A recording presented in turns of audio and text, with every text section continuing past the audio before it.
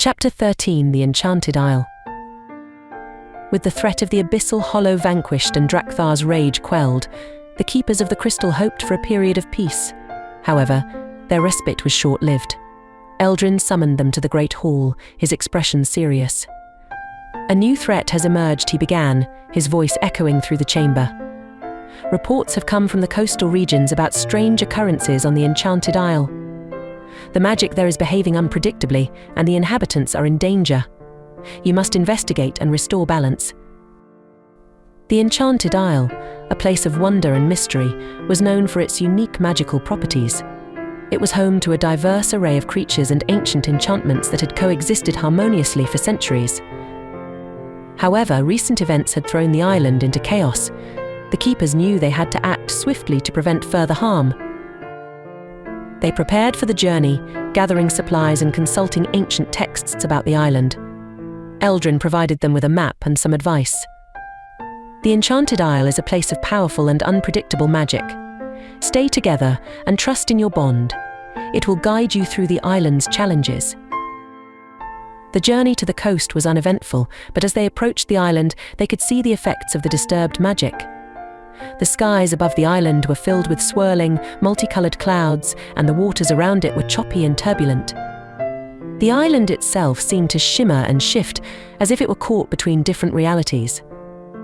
Arriving on the shore, the keepers were met by the island's guardian, an elderly mage named Aiden. She was a woman of great wisdom and power, her presence commanding respect. "Welcome, keepers of the crystal," she said, her voice tinged with both relief and worry. "The island has been in turmoil ever since a strange artifact appeared. It emanates powerful magic, distorting the natural balance of the island. I fear it may be connected to Morgana's dark magic." Aiden stepped forward, his expression determined. "We will help you, Aiden. Show us where this artifact is, and we will do everything in our power to restore the balance." Aiden led them through the island's enchanted forests and across sparkling streams. The island was indeed a place of wonder, but the disturbances in its magic were evident everywhere.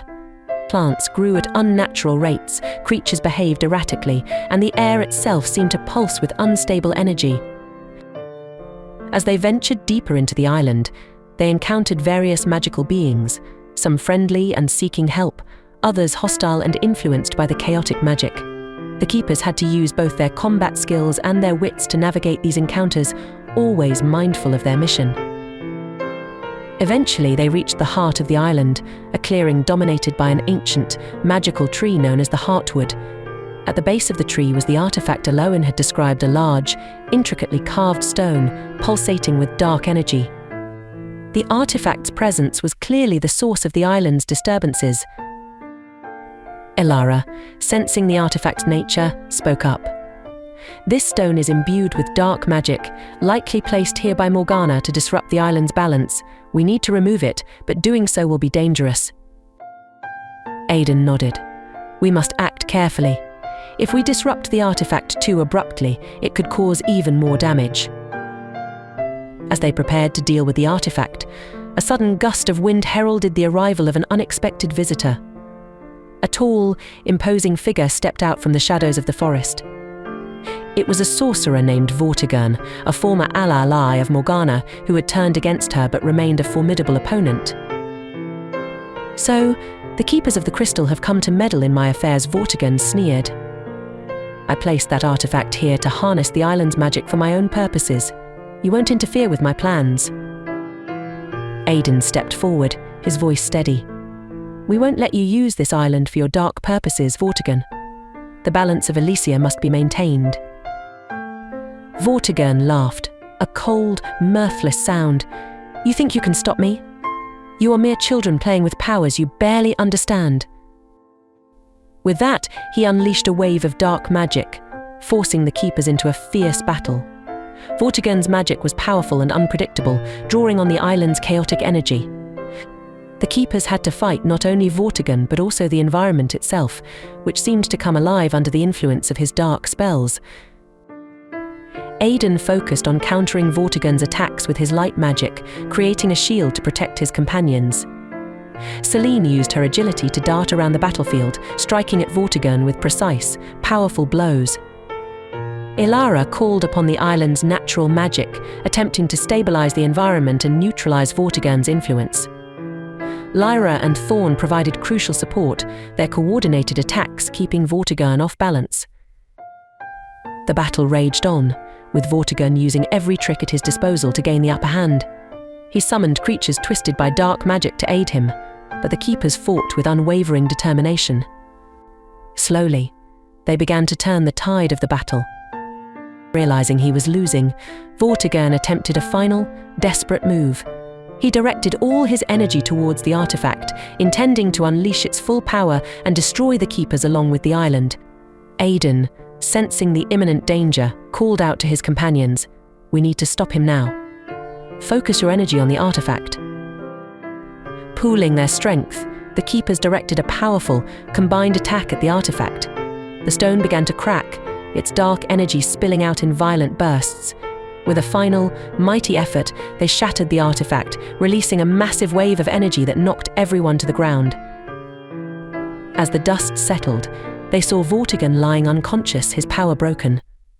The island's chaotic magic began to calm, the environment slowly returning to its natural state. Eloin, who had been watching the battle from a safe distance, approached with a look of relief. "You have done it," she said, her voice filled with gratitude. "The island's magic is stabilizing. Thank you, Keepers of the Crystal."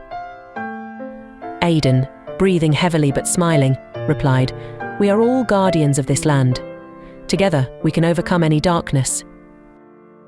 With the threat neutralized and the artifact destroyed, the island began to heal. The plants and creatures returned to their natural state, and the skies cleared. The keepers, once again victorious, made their way back to the mainland, their spirits lifted by the knowledge that they had saved another part of Elysia. Upon their return, they were met with celebrations and praise. Eldrin, ever wise and supportive, commended their bravery and unity. "You have faced the chaos of the Enchanted Isle and restored balance. Your actions have shown that even the greatest of evils can be overcome by the light of unity and hope." As the keepers reflected on their journey, they knew that their bond had been further strengthened by the challenges they had faced. They had proven time and again that their unity was their greatest strength. With their unwavering spirit and unbreakable bonds, they were ready to face whatever future challenges awaited them, guided by the light of the eternal crystal and their commitment to protecting Elysia. Chapter 14: Shadows of the Past. After restoring balance to the Enchanted Isle, the Keepers of the Crystal returned to the Citadel, hoping for a moment of rest. However, their peace was once again disrupted by urgent news. A messenger from the southern desert city of Karzan arrived, breathless and weary. "Aiden, Keepers," he said, his voice trembling, "Karzan is under siege by a force of shadowy beings. We need your help." Karzan was a city of ancient marvels and hidden secrets, located in the vast desert of Solaria. It was a place where the past lingered in every corner, and its people were known for their resilience and wisdom. The Keepers understood that if Karzan fell, it would be a devastating blow to Elysia's heritage and knowledge. Gathering their gear, the Keepers set out for Karzan, traveling across the harsh desert landscape. The journey was grueling, with scorching days and freezing nights testing their endurance. As they approached the city, they could see dark clouds swirling above it, and the air was thick with an unnatural tension. Upon reaching Karzan, they were greeted by the city's leader, a wise and venerable elder named Zara. Her face was lined with worry, but her eyes held a fierce determination. "Thank the stars you've arrived," she said, her voice steady despite the chaos. "These shadowy beings appeared out of nowhere, attacking our people and spreading fear. They are unlike anything we've faced before." Aiden nodded, his expression serious. "We will do everything we can to help, Zara. First, we need to understand what we're dealing with. Can you tell us more about these shadow beings?"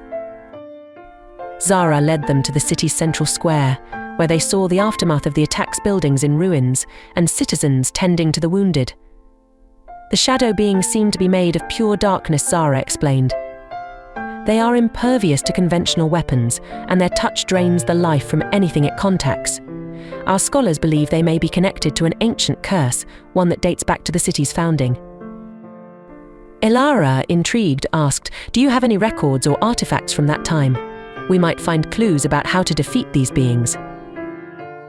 Zara nodded and led them to the city's great library, a vast repository of knowledge and history. As they searched through the ancient tomes and scrolls, Elara found a reference to a powerful artifact known as the Shard of Light, which was said to be capable of banishing shadows. The text described its last known location deep within the catacombs beneath the city. Aiden turned to his companions. "We need to find this Shard of Light. It might be the key to stopping these shadow beings." "Zara, can you guide us to the entrance of the catacombs?" Zara agreed and led them to a hidden entrance, concealed behind a statue in the central square. The entrance was a narrow, winding staircase that descended into darkness. The air grew colder as they descended, and an eerie silence enveloped them. The catacombs were a maze of tunnels and chambers, filled with ancient relics and the remains of Kazan's ancestors. The further they went, the more oppressive the darkness became. It was as if the shadows themselves were alive, whispering and shifting around them. As they ventured deeper, they encountered traps and guardians designed to protect the catacombs' secrets. The keepers had to use their combined skills and wits to navigate these dangers, always mindful of their goal. Eventually, they reached a large, ornate chamber, at the center of which stood a pedestal holding the Shard of Light. The shard was a beautiful crystal, glowing with a pure, radiant light. As Aiden reached out to take it, the shadows in the chamber coalesced into a humanoid form, a being of darkness that radiated malice and power. It spoke with a voice that seemed to echo from the depths of the abyss. "You dare to take what is mine? The light will not save you. Darkness will consume all." Aiden faced the shadow being, his resolve unshaken. "We will not let darkness consume this city or its people. We will protect Elysia from your evil." The battle that ensued was intense and harrowing. The shadow being wielded dark magic with terrifying power, summoning tendrils of shadow to attack the keepers. Aiden used the Shard of Light to counter the darkness, its radiant energy clashing with the shadow being's attacks. Celine moved with lightning speed, striking at the shadow being's weak points, while Elara used her nature magic to support and heal her companions. Lyra and Thorn provided crucial support, their combined strength and skill keeping the shadow being at bay. Despite the overwhelming odds, the keepers fought with unwavering determination. They knew that their unity and resolve were their greatest strengths. As the battle reached its climax, Aiden raised the Shard of Light, channeling its energy into a powerful burst of radiant light. The light pierced through the shadow being, causing it to wail in agony as its form disintegrated. With the shadow being defeated, the oppressive darkness in the catacombs began to lift. The Shard of Light's energy spread throughout the tunnels, dispelling the shadows and restoring a sense of peace. The keepers, exhausted but victorious, made their way back to the surface. Upon their return, they were met with cheers and gratitude from the people of Kazan. Zara, her eyes filled with tears of relief, embraced them. "You have saved our city and preserved our history. We are forever in your debt." Aiden, smiling, replied, "We are all guardians of this land. Together, we can overcome any darkness." The threat of the shadow beings eliminated and the Shard of Light safe, Kazan began to heal. The city's people worked together to rebuild, their spirits lifted by the knowledge that they had been saved by the keepers. As the keepers reflected on their journey, they knew that their bond had been further strengthened by the challenges they had faced. They had proven time and again that their unity was their greatest strength. With their unwavering spirit and unbreakable bonds, they were ready to face whatever future challenges awaited them, guided by the light of the eternal crystal and their commitment to protecting Elysia.